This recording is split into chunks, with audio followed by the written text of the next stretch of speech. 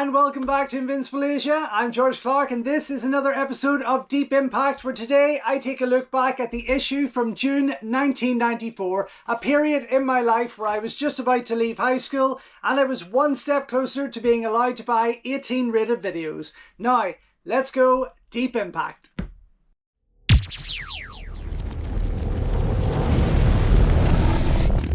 Don't forget folks, before we go any further, if you haven't already, please subscribe to the channel, like the video, ring the bell and all that jibber jabber, and thank you very much for supporting Invincible Asia. So for this issue, surfer boy Michael Dudikoff graces the cover because he is outside the chain of command, but inside on a free poster, and that one is still in there. Below him, we see that it's a Batman special with a picture of Azrael, oddly, a successor to Bruce Wayne's Batman after Bane broke his back. Now, odd that they chose him because, as cool as he looks, he certainly wasn't one of the best. Definitely a product of its time, mind you, with that design. So around the edges, we see all of those who will be appearing throughout this magazine. They include Jackie Chan, Don Siegel, Michael Keaton, John Woo, Michelle Khan, Steve McQueen, Sophia Crawford, Robocop, and of course, Michael Dudikoff. Let's get stuck in.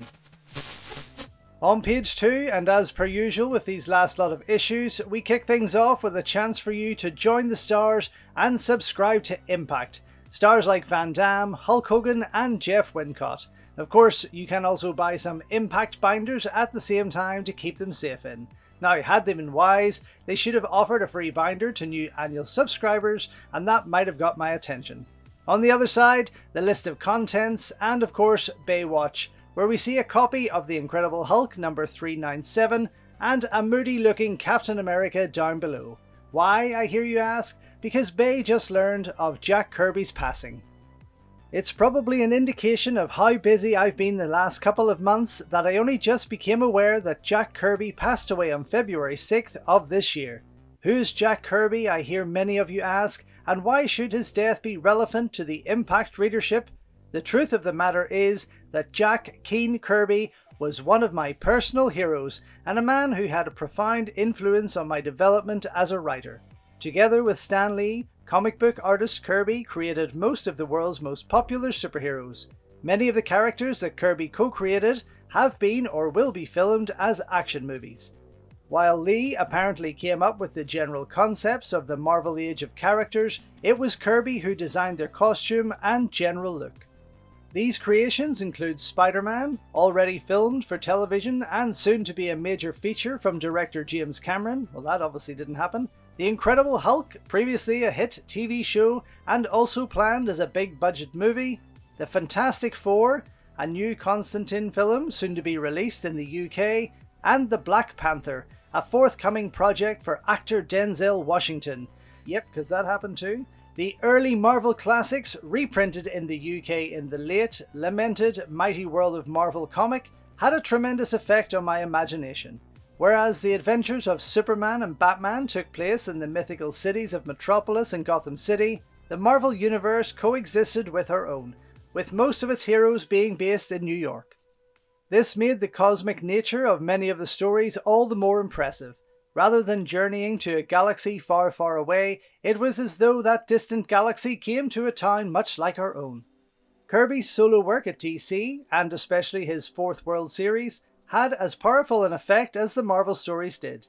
His New Gods comic was used as uncredited source material for Canon's movie version of Masters of the Universe starring Dolph Lundgren. Not only was Jack Kirby a prime influence on my own career, but in that of dozens of the movers and shakers on the current action movie scene. Captain America, the Mighty Thor, the X-Men, you all know the names of the creations. Now you know the creator's name. The modern entertainment industry owes the man a debt it can never repay, but can only reaffirm through the perpetuation of his legend on the printed page and the silver screen. The Keen is dead. Long live the Keen. Excelsior! Bay Logan, editor. Pretty sure that was Stan Lee's phrase, Mr. Logan, but hey, nice piece nonetheless. Let's move on. Overleaf, we get the start of a 4-page article on Batman with this cool looking shot of Michael Keaton and the title of Bat Out of Hell, the celluloid fight of the Dark Knight. It's a pretty well written article that goes deep into the history of the character's creation and that of its film and TV appearances starting as far back as 1943, and it seemed that every decade after that a new show for Batman was created. Actually, it's crazy to think just how many adaptations of him there has been, and they still struggle to do things right. Of course, this article really focuses on Tim Burton's version, and more so, Batman Returns. It does go on to say how Burton will produce Part 3 for director Joel Schumacher, and how fans may well see a less surrealistic take on Batman with him at the helm. Well, they weren't wrong there, and it only got worse with Batman and Robin. It also mentions how Robin might be played by Michael J. Fox or Kevin Bacon. Now, that would have been interesting. And how Robin Williams is set to play the Riddler in Batman Forever, which eventually became Jim Carrey, of course. Great piece though, plenty of cool shots, but let's move on. Next up is the lightning rod, which actually has quite a bit to take in this issue. The first article is on Big Arnie's unmade epic The Crusades for Total Recall director Paul Verhoeven. This was supposed to be kind of like a Conan meets Spartacus meets Robin Hood Prince of Thieves, which apparently only got so far into pre-production before it was pulled. Interestingly though, the article states that the sequel to Conan was originally going to be called Conan, Prince of Thieves, before Arnie insisted they change it to Conan the Destroyer. Thank God. Upright is a piece on the court case between Warner Brothers and the guys who initially owned the rights to make a Batman movie. And below that, an update that Bruce Willis and the original Die Hard director are confirmed to team up for Die Hard 3. And speaking of Arnie, over on the next page, it's not Muller time. 90s horror flick The Ice Cream Man were hoping to get the big man on board for a leading role, but had no joy, so instead they cast German muscle man Rolf Muller from Cyborg and Universal Soldier.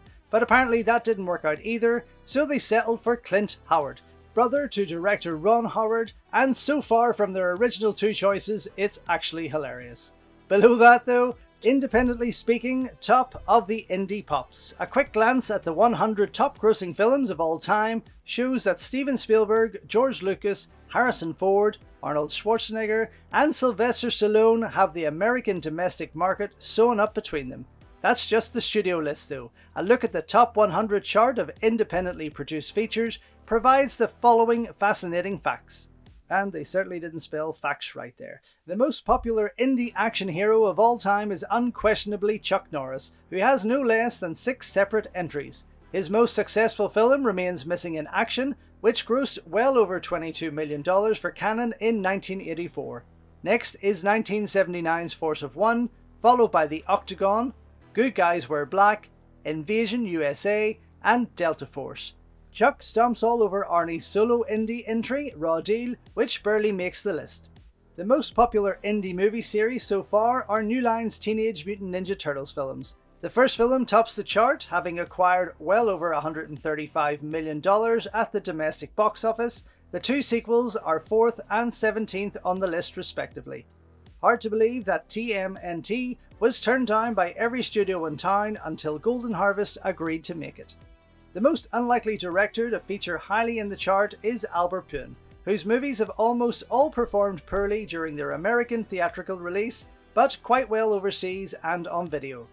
Albert's one hit, 1982's The Sword and the Sorcerer, which lands at 19 in the chart. The most popular John Carpenter indie entry is, to no one's surprise, Halloween. Escape from New York and The Fog feature on the list, but to our amazement, Assault on Precinct 13 does not.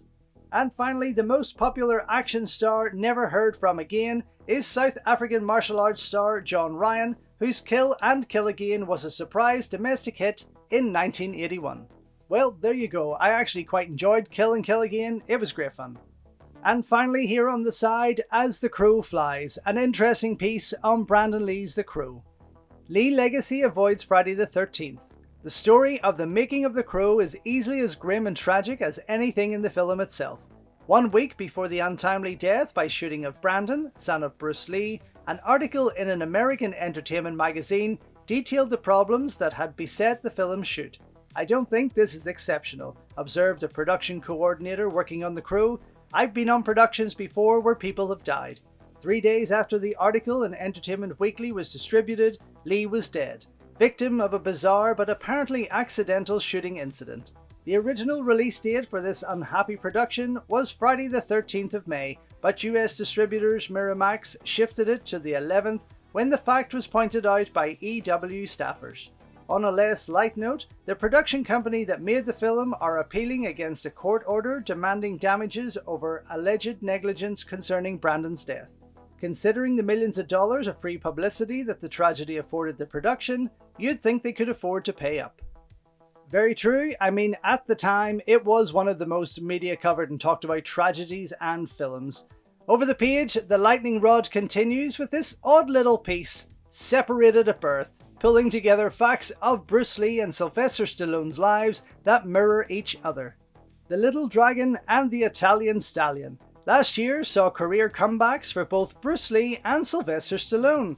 Lee Soo-leung was featured in a major studio biopic, Dragon, and Sly came on strong with Cliffhanger and Demolition Man. Impact uncovered a list of connections between the two that would make a good basis for an Oliver Stone film. Number 1. Both have younger brothers who pursued careers as singers. In Bruce's case, the soulful sibling was Robert. In Sly's case, Frank. Oh fuck, we know where this is going to go. They're really pushing things here. Number 2.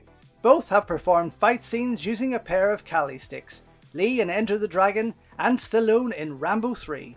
Oh dear God. Number 3. Both have an Italian connection. Stallone has that nationality, while Lee shot Way of the Dragon in Rome. Oh Jesus, it's getting worse.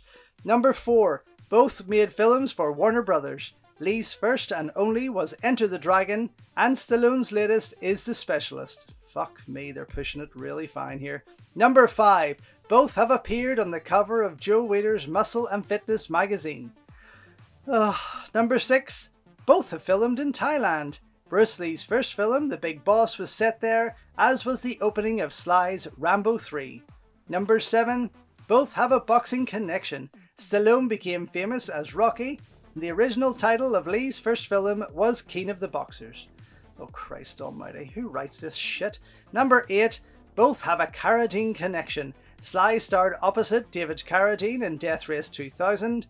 Lee appeared alongside David's father, John Carradine, in an episode of The Green Hornet. Number 9. Both have fought charismatic black athletes. Fucking hell, this is getting bad. Stallone battled Mr. T in Rocky 3. Lee dueled Kareem Abdul-Jabbar in Game of Death. And number 10. Both played heavies in films based on books by Raymond Chandler. Sly was in a 1975 version of Farewell to My Lovely, and Lee played Winslow Wong opposite James Garner in a 1968 of The Little Sister entitled Marlowe. Makes you think, huh?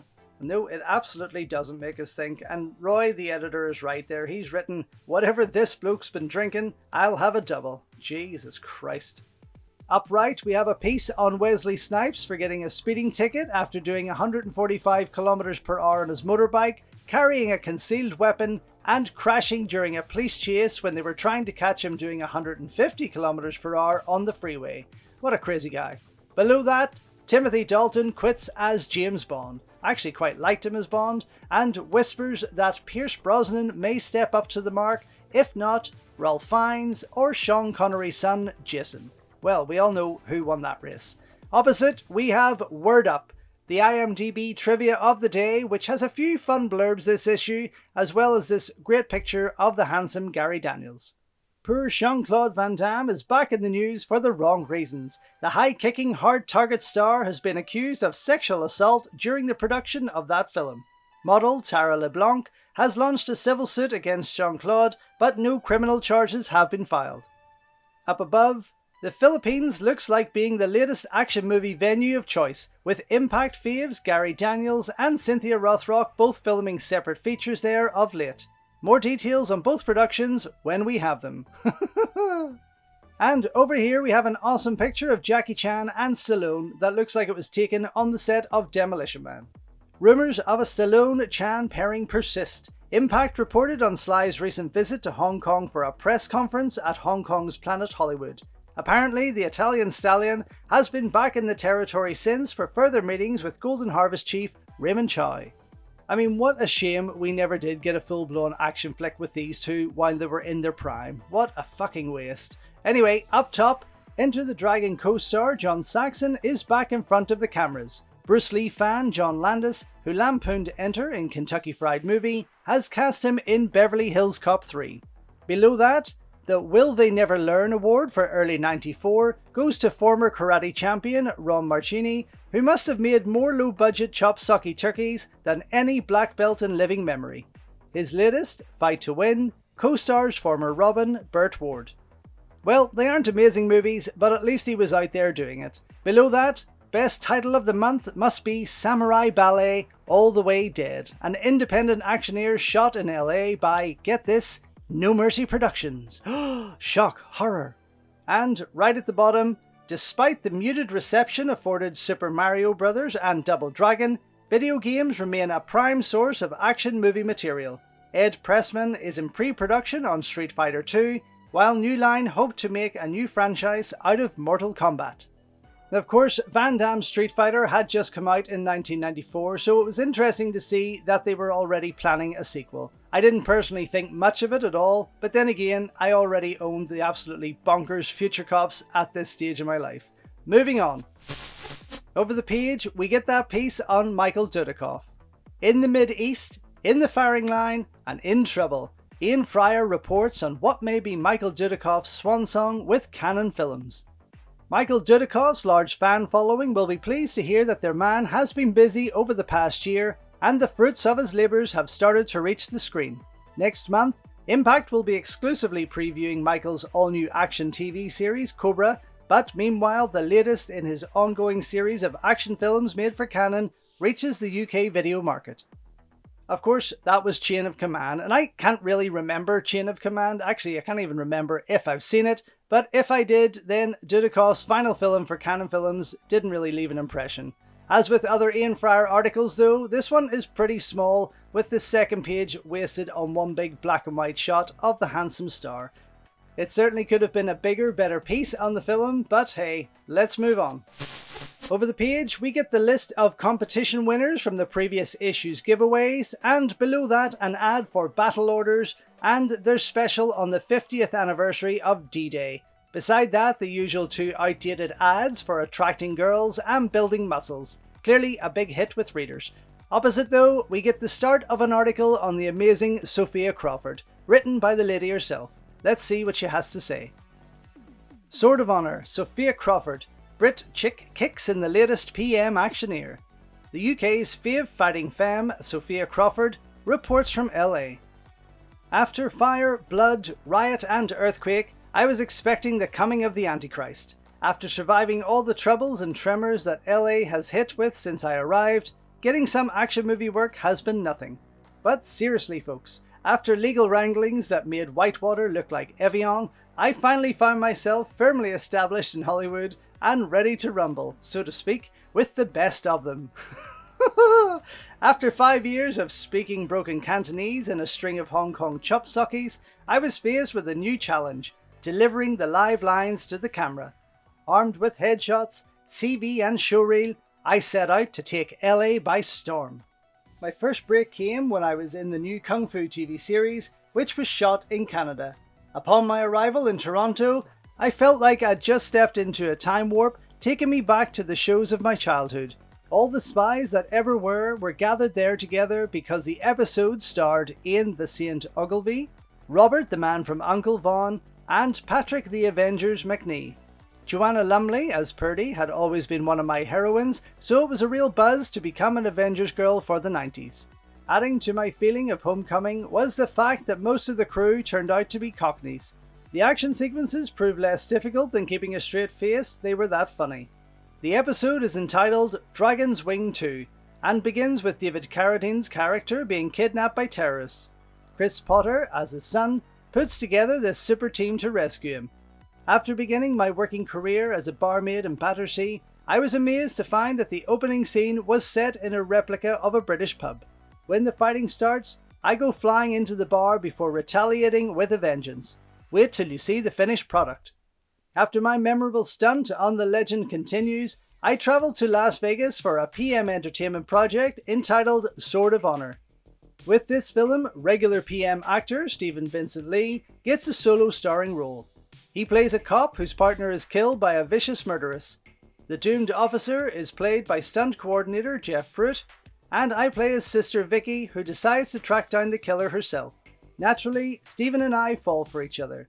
As is always the case with PM films, there's plenty of action, but this time a strong dramatic line as well. I've never had to cry so much. On camera, that is. I found the intensely emotional acting scenes a challenge, but one I enjoyed. The conditions of shooting in Vegas on an American production were a million miles removed from those of making a Chinese film in Hong Kong. For one thing, you get location catering and other facilities here that not even Jackie Chan enjoys. Definitely the brightest city on the planet. I checked out the Mirage, the Strip, and risked losing my wages on the one-armed bandits. Whereas Hong Kong movies usually focus on extensive action sequences at the expense of acting and story, American films definitely stress the dramatic content of the piece, maybe even at the expense of the fights.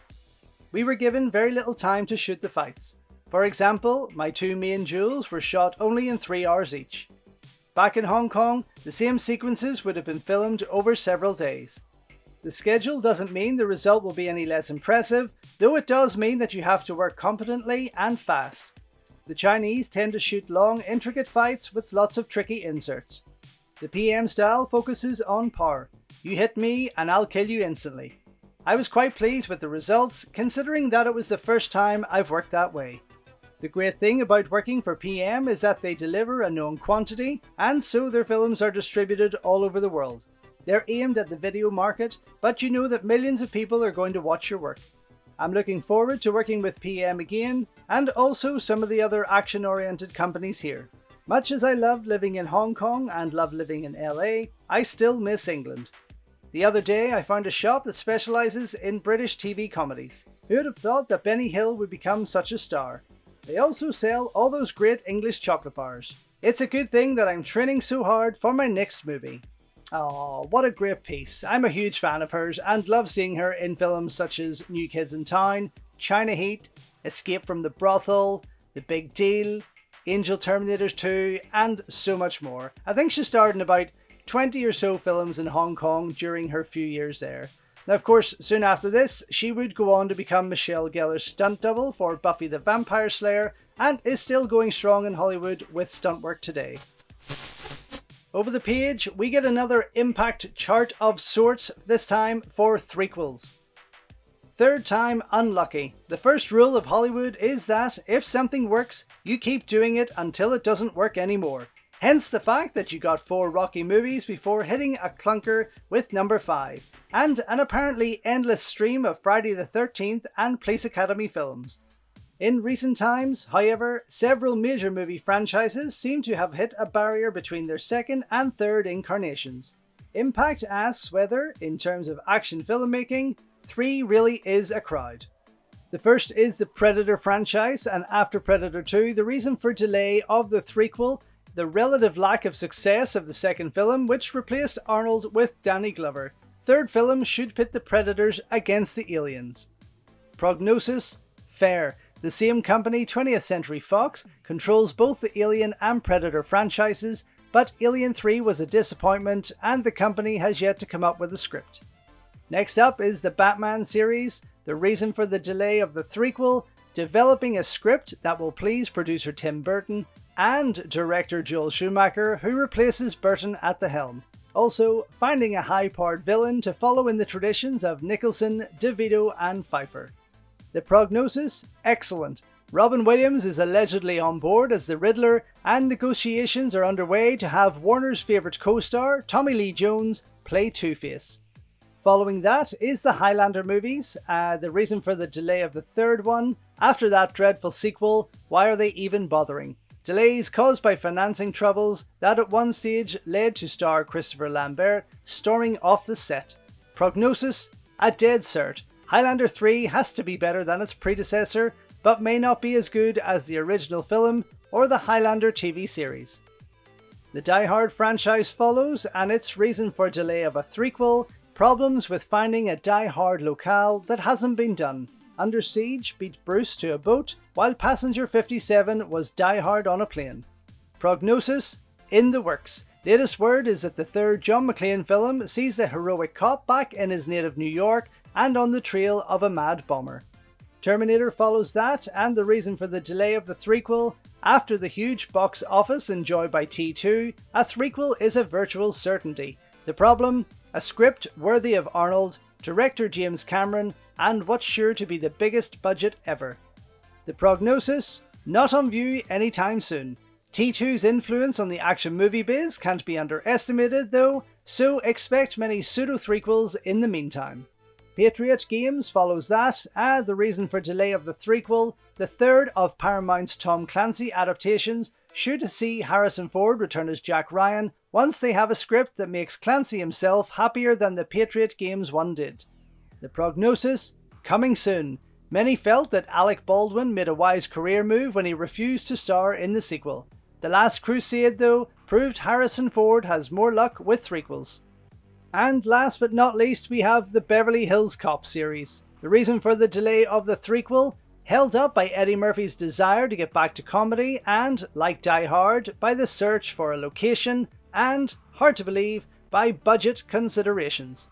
The prognosis? It'll happen, but probably without original director John Landis and definitely without producer Joel Silver. Interesting piece to some degree, I suppose, but let's move on. Overleaf, we have the obligatory 2-page ad for MAI Videotech, this time advertising horror and martial arts movies. My kind of page, and just look at all these titles on offer. American Kickboxer 1, American Ninja 3, Ninja in the Killing Fields, The Chinese Boxer, Slaughter in San Francisco, Martial Law, Game of Death, and Bloodsport. Not one Jackie Chan movie there. Anyway, you've no idea how exciting a page like this was to a young teen movie fan before we had the internet. Let's move on. Next up, we have the Classifieds, a page of ads selling replica guns, action star portraits, photos of your favourite stars, and another MAI Videotech ad once again.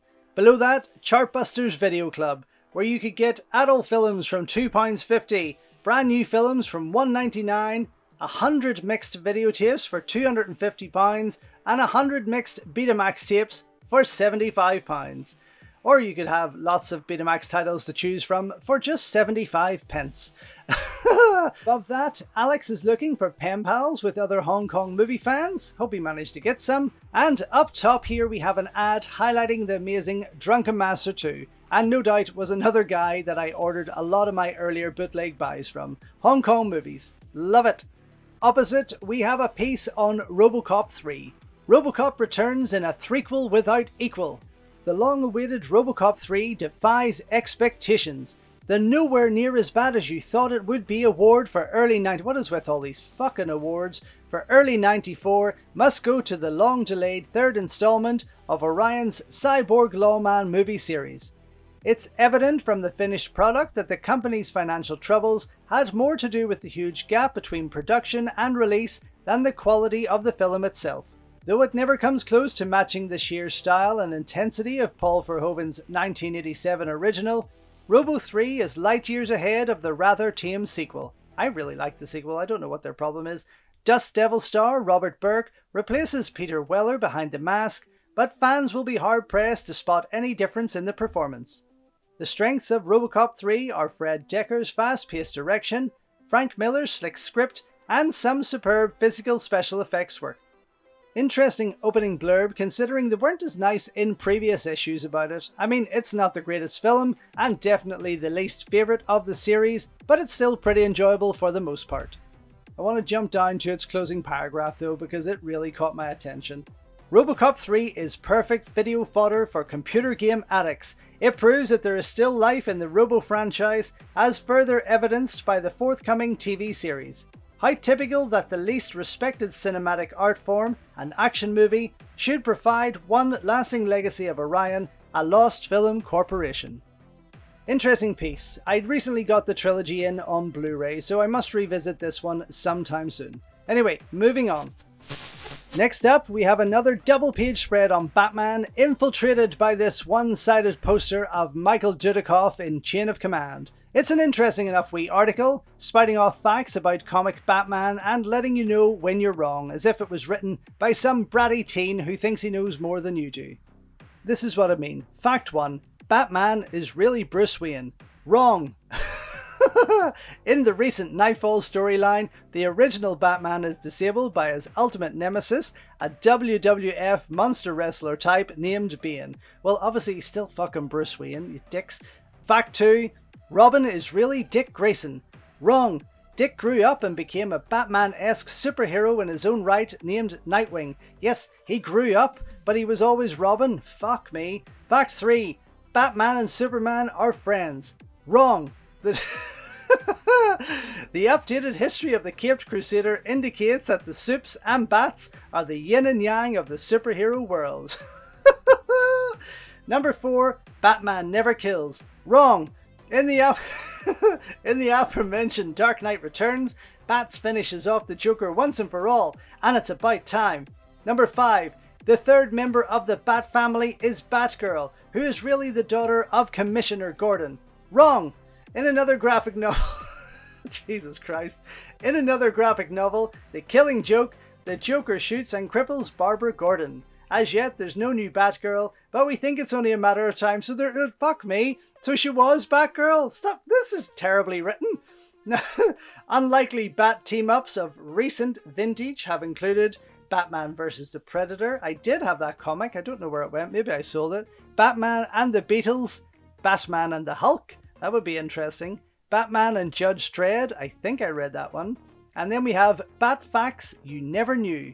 Why does he wear a bright yellow circle on his chest? To attract gunmen to shoot at his armored chest rather than his more vulnerable head. This also explains why he runs around with a kid wearing a bright yellow and red costume. Why did Bruce Wayne choose to don a bat suit to fight crime?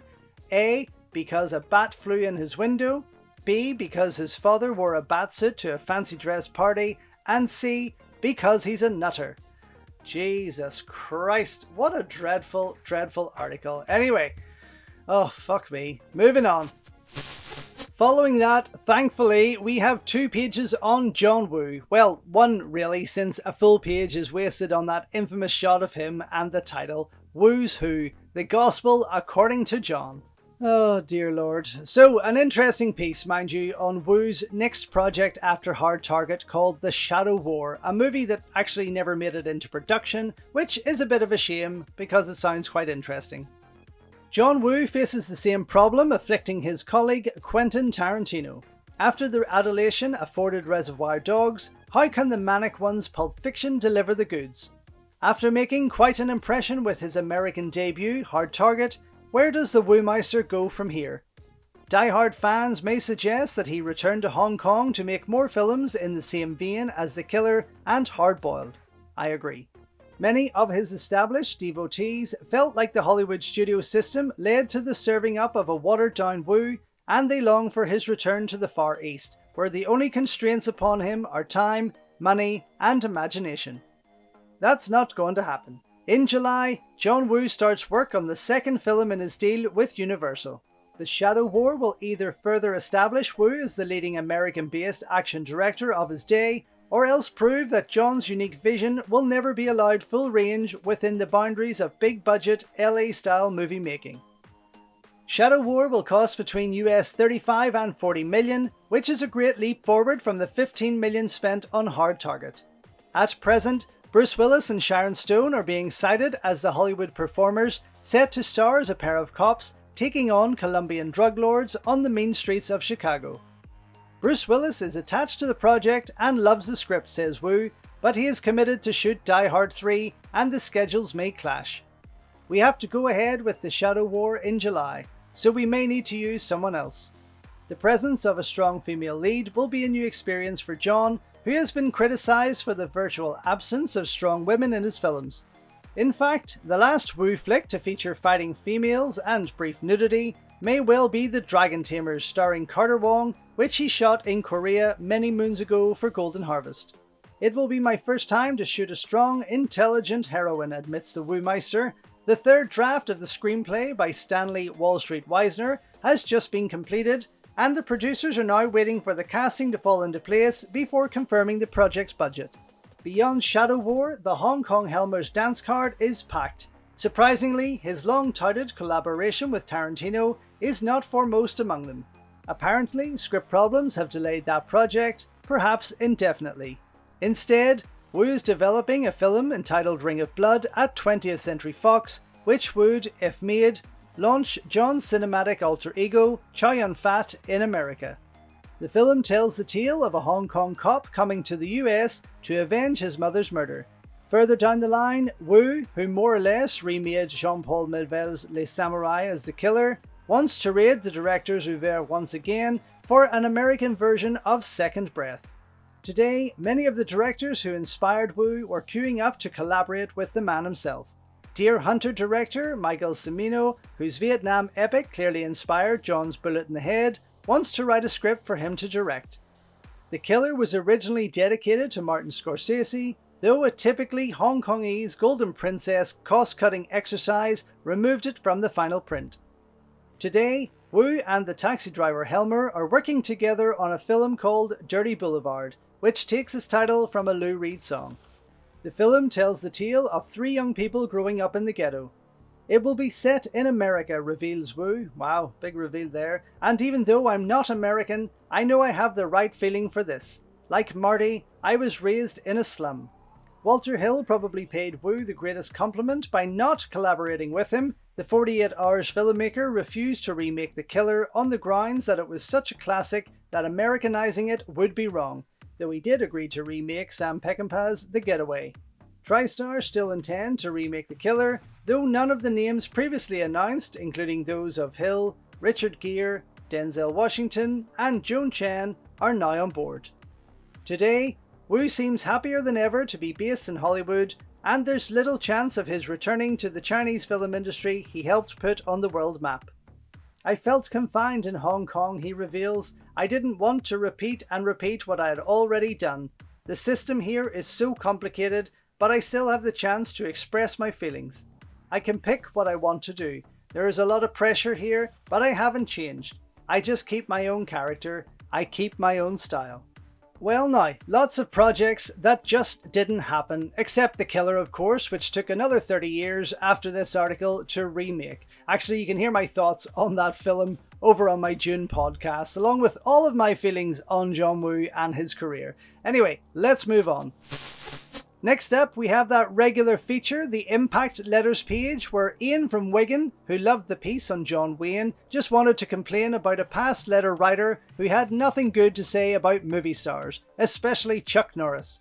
Andrew from North Yorkshire has similar thoughts to myself, giving off as to why Impact did a piece on Frankenstein in past issues and offered a free poster of Wolf. He gives a few more pointers as to why it should stay an action movie magazine, but I can tell you now that they certainly didn't listen. C. Taylor from Cambridge wants to see Brandon Lee's Laser Mission on video. I'm sure they were disappointed with that when it finally came out, and has more words to say about that guy John who complained about the movie stars. Then we have Theodore from London, who sent in his CV as a film studies graduate who's looking for a team of people to make a movie with him. And below that, Ben has sent in a painting that he's done of Jean-Claude Van Damme. Oh, bless. On the side, of course, we get the fan club addresses, although it seems that the Jackie Chan fan club is still missing, as we now get one for John Wayne in its place. Anyway, moving on. Over the page, we have that list of MAI hotlines once again, convincing people to call into the office where someone can let you know how to stretch, give you survival advice, and tell you all about the stars. Next to that, American Cool, a 3-page Hollywood retro on Steve McQueen. It's quite a neat write-up if you're a fan. I mean, I like the guy, but I'm not that invested to read the whole thing.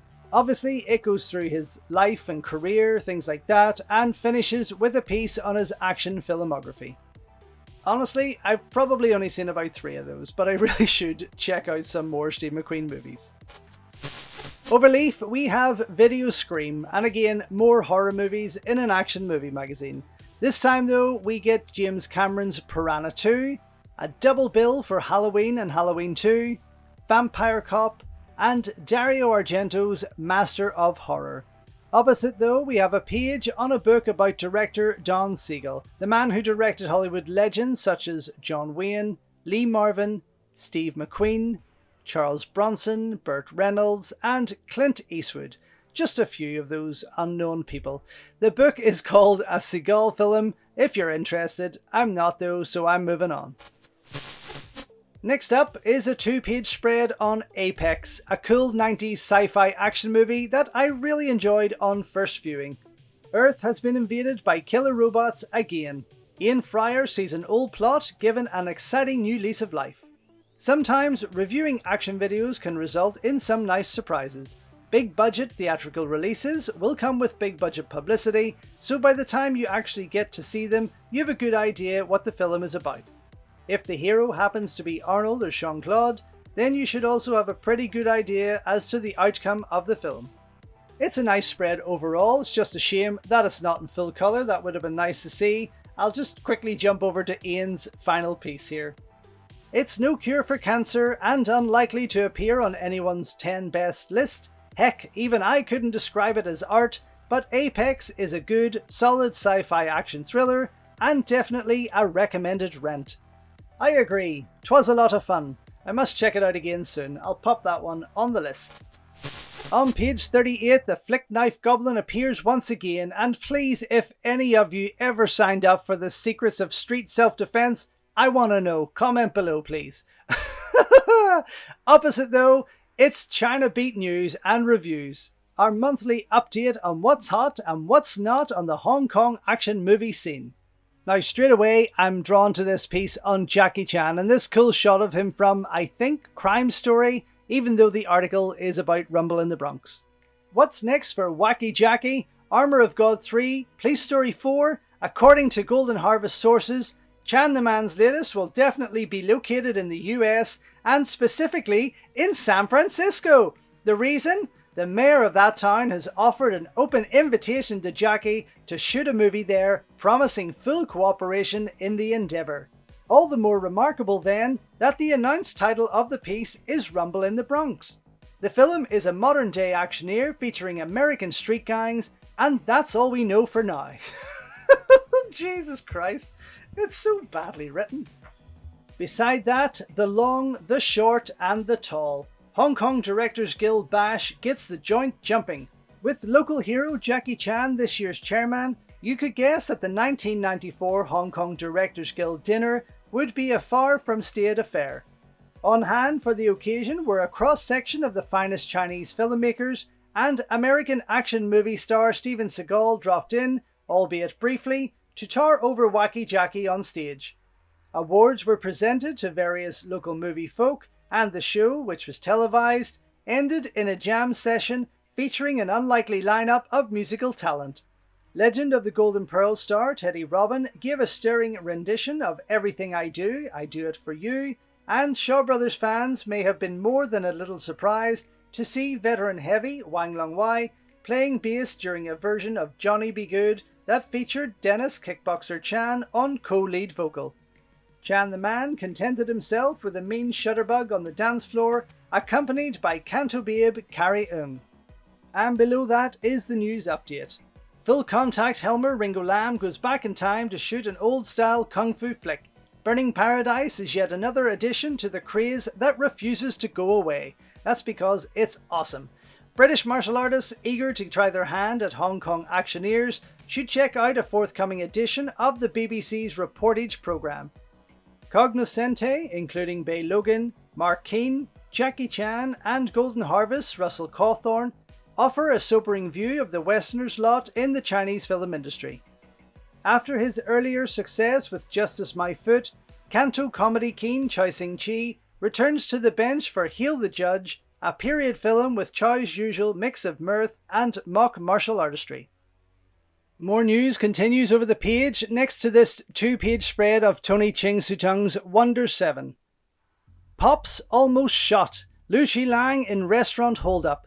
Drunken Master 2 co-star and Helmer Lu was enjoying dinner with his wife Yung Jing Jing at Hong Kong's Yau Mo Tei based Tai Ping Kun restaurant when a quartet of gunmen took over the establishment and robbed the customers of jewellery and cash.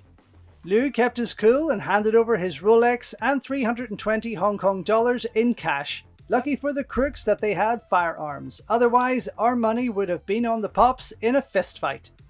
And below that, Jackie flies the friendly skies, Cathay to screen Chan flicks. Good news for frantic Chan fans flying Cathay is that they'll be able to enjoy their heroes' fight flicks in flight between Hong Kong and Europe. Bad news was by the coverage afforded this development by Eastern Express columnist Stuart Wolfendale, who alleges that there is something unexpungably wet about a Jackie Chan performance. May we disrespectfully suggest that, if he finds Chan flicks so unbearable, Mr. Wolfendale exercise his option of walking out, preferably at 20,000 feet. I agree, what a dickhead. I remember my first flight to Hong Kong watching Jackie Chan classics. Oh my god, it was so friggin' sweet. I never imagined I'd ever get the chance to fly in over the city watching something like Dragons Forever or My Lucky Stars, but they had so many 80s Hong Kong titles, I just loved it.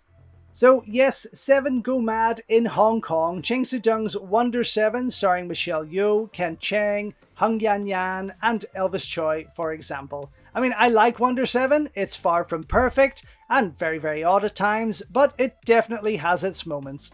I remember back in the 90s some Western distributors, bootleggers and reviewers tried pawning it off as Heroic Trio 3, which it is most definitely not. I do love this spread though, so let's see what Impact has to say. Ching's slick flick unleashes wonder stuff. Cult Hong Kong Helmer Ching Soo-tung, best known in the West for his work on Choi Hark's Chinese Ghost Story, on Swordsman 2 and on the futuristic Heroic Trio, turns his attention to present-day action for Wonder 7. The film details the adventures of 7 physically gifted youngsters used as a special task force by the mainland Chinese government.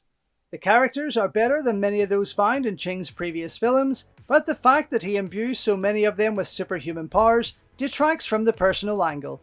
Impact fave babe Michelle Yeoh, previously Can, turns up as an ambivalent villainess, but even her undisputed charm can't prevent Wonder 7 from becoming an exercise in sheer style over real content. Most of Ching's usual bag of tricks, including wirework, flying motorbikes, and kung fu fights in the smoke-filled woods, are on display here, and the production values are first rate. He is, quite rightly, credited as designer as well as director of Wonder 7. Perhaps if he used his heart a little less than his head, he might create films that are as moving as they are visually stunning. As it is, a personable cast must compete for every moment of screen time with arty shot after shot, and Ching's usual invasively stylish camera work.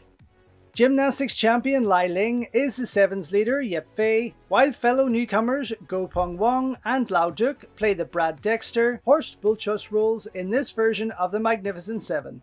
Once Upon a Time in China's Butcher Wing, Ken Cheng, plays a roly-poly Friar Tuck type, while Choi Ho is a tomboyish team member.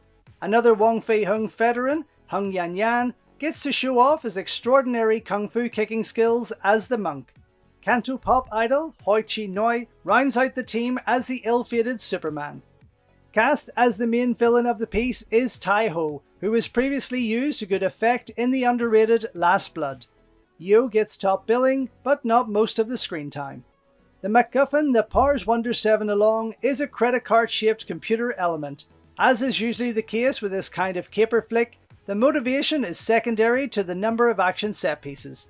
The standouts are a kung fu encounter during a lion dance and the Die Hard Plus skyscraper finale. Viewers might find that they've seen more than enough crashing and exploding motorcycles by the end of the film, but the helicopter stunt payoff is truly breathtaking. Ching keeps the martial artistry short and sharp, although the frequent use of the traditional flying skill prevents the combat from ever achieving the necessary realism. Yeoh was plagued with a real-life back injury throughout production, but that is nowhere evident from her fighting in the finished product. Wonder 7 is so well executed that my respect for Ching Soo-dung's technical ability knows no bounds. I just wish I liked the film more. I agree, it should have been a much better film overall, but it's still a fun ride, like I say. Anyway, great piece, let's move on.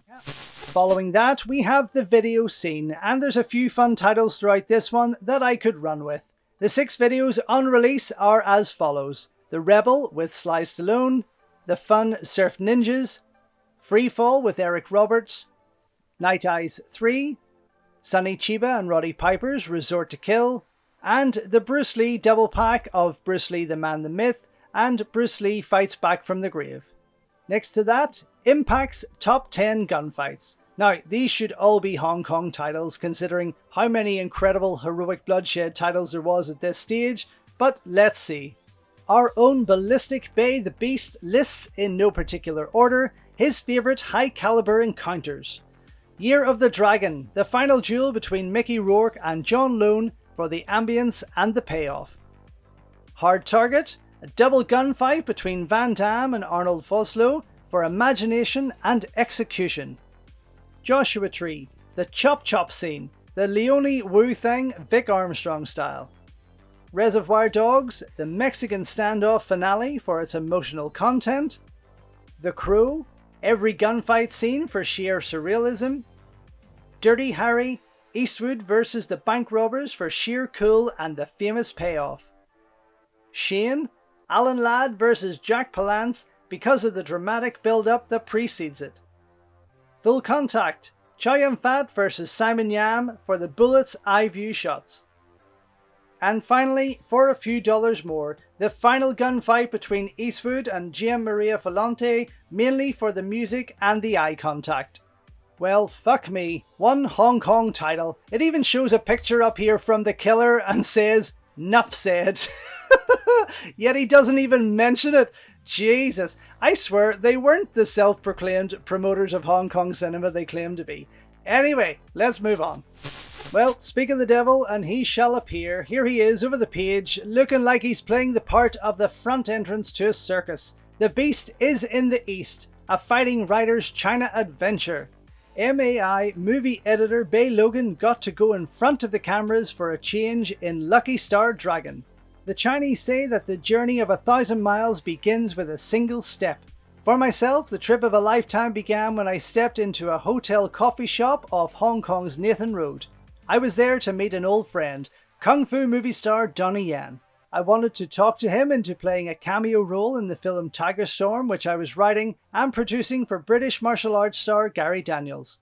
The saga of that film's making is a story for another time. As luck would have it, Lung Ching, a representative of the newly formed Tung Lung Film Company, was in the same coffee shop on the same evening on a similar mission. He wanted to secure Donnie's services for their latest venture, a martial arts actioneer entitled Lucky Star Dragon. They also needed a Westerner to play the main villain. As one, they both turned and looked to me. "Maybe your friend would be interested," suggested Mr. Lung to Donnie. I had enough to worry about. Writer, producer, author, editor of Impact? I had no intention of commencing a career as a movie performer. Of course, I said I'd think about it. Jesus, if this man was any more into himself, he'd be able to lick his ribcage. At that point, and for some time afterwards, I've passed the cup. I know literally dozens of people who would give practically anything for the chance to play a major role in just one martial arts movie. Why didn't I tell Tung Lung to call up one of them?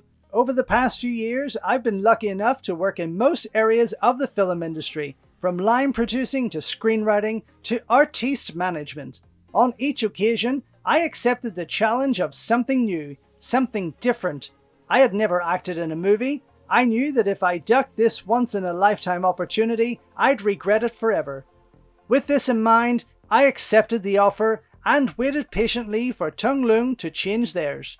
The days passed and I was sure that the company had found someone else, someone cheaper, someone handsomer, someone better. Instead, I got a call asking me to come to their Canton Road offices for costume fitting and contract signing. For years, I'd been giving advice to martial arts movie wannabes, making them believe I knew what I was talking about. There you go, straight from the horse's mouth. Now I could send them a report from the front line. Well, there you go. Sounds like he was having fun, and everyone had much bigger hopes for this film than its finished product would have you think. Opposite, we have the coming soon page. Back from the grave. Very tasteful. Brandon Lee returns to stalk the night in The Crew. Also included in the next issue, Gaz is back with Gary Daniels, Gambling Man with Mel Gibson, Stars in the East with Arnie, Sly and Bruce at Planet Hollywood in Hong Kong, Matthias Hughes, Cynthia Rothrock, Jackie Chan is there, and plenty of manga on sale June 16th. And finally, on the back page, an ad for the official Bruce Lee Martial Arts Master t-shirt. Ugh, dear God, MAI were really pushing the hell out of this one. Usually this page is reserved for the film itself, but now we have this. High fashion, high quality garments, and only available in extra large. All for just $9.99. What a bargain. Anyway, I'm George Clark, and this has been another episode of Deep Impact. Thank you so much for watching. Thank you for all your continued support. It is greatly appreciated. Until next time, enjoy your Kung Fu, and I'll see you soon. So thank you once again for watching another video here on Invincible Asia. Don't forget you can check out hundreds of others here on the channel. You can also show your continued support by heading over to my new merch store or by checking out invincibleasia.com, where you can read my full movie reviews and follow me on Instagram at InvincibleAsia. Until next time though, enjoy your Kung Fu and I will see you soon.